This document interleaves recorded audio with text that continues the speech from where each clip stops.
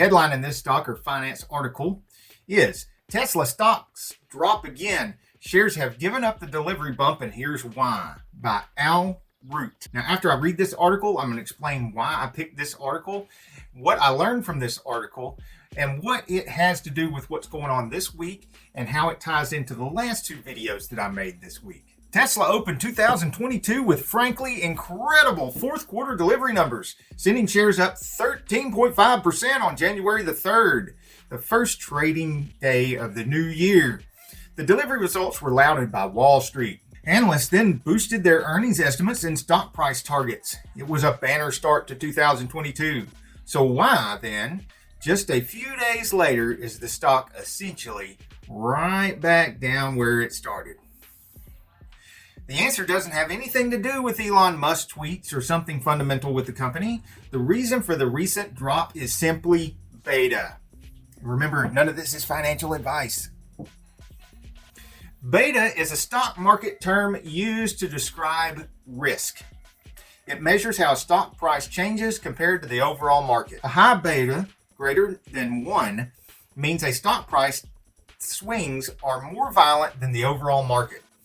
A beta less than 1 means daily price movers are muted. A stock with a beta of less than 1 can be considered less risky for investors. It's harder to lose a lot of money quickly in a less volatile stock. Tesla's beta is quite high, about 2. What's more, Tesla's beta is 2 relative to the S&P 500, as well as the NASDAQ Composite Index.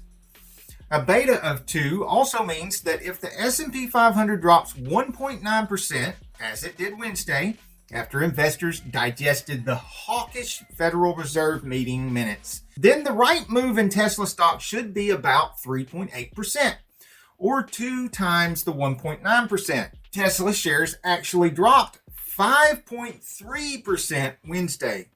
That's a little worse, but the NASDAQ fell 3.3%. The S&P and the NASDAQ combined fell 2.6%. The Tesla drop was almost exactly double that number.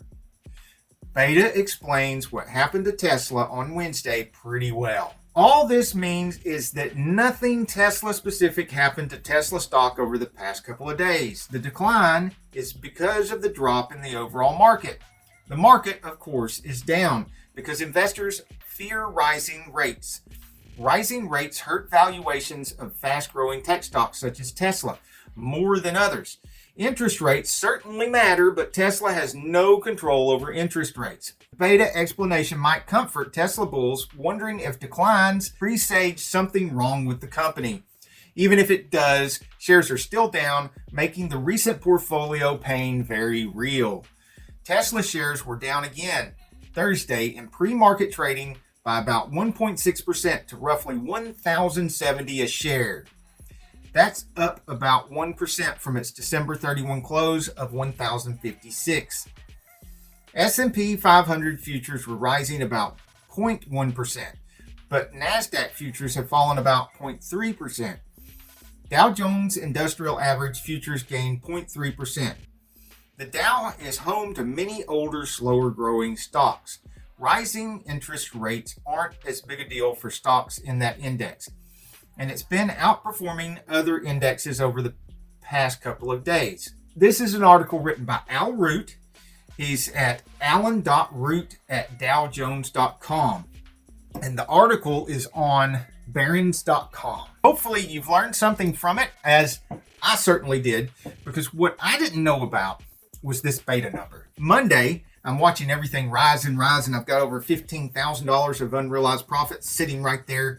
And I did have the foresight to sell some of that stock at a profit. Then later on, after the bleed out started, I had suspected that it was going to because of what was said by the Fed, Chairman Powell. That made me pucker up a little bit and think things are going to go down. But I was still thinking of this separation between Tesla going down and the rest of the market going down, because I didn't know about this beta number. And that's what I learned the most from this article that Al wrote, the connection between the beta number and the S&P 500. And I haven't gone back and looked at the graphs and the charts to see the numbers between the S&P 500 and this supposed correlation between Tesla stock going up and down. I don't know if it's that tightly correlated as what Al says that it is. If I had been thinking that this week, I would have made more money, because I would have heard what Chairman Powell said. I would have thought of the beta number. I would have looked at the numbers on the S&P 500 and I would have said, sell, sell. Also, I want to give kudos to one of our viewers who left a comment about buying Ford. And when he said buy Ford, it would have been a good time.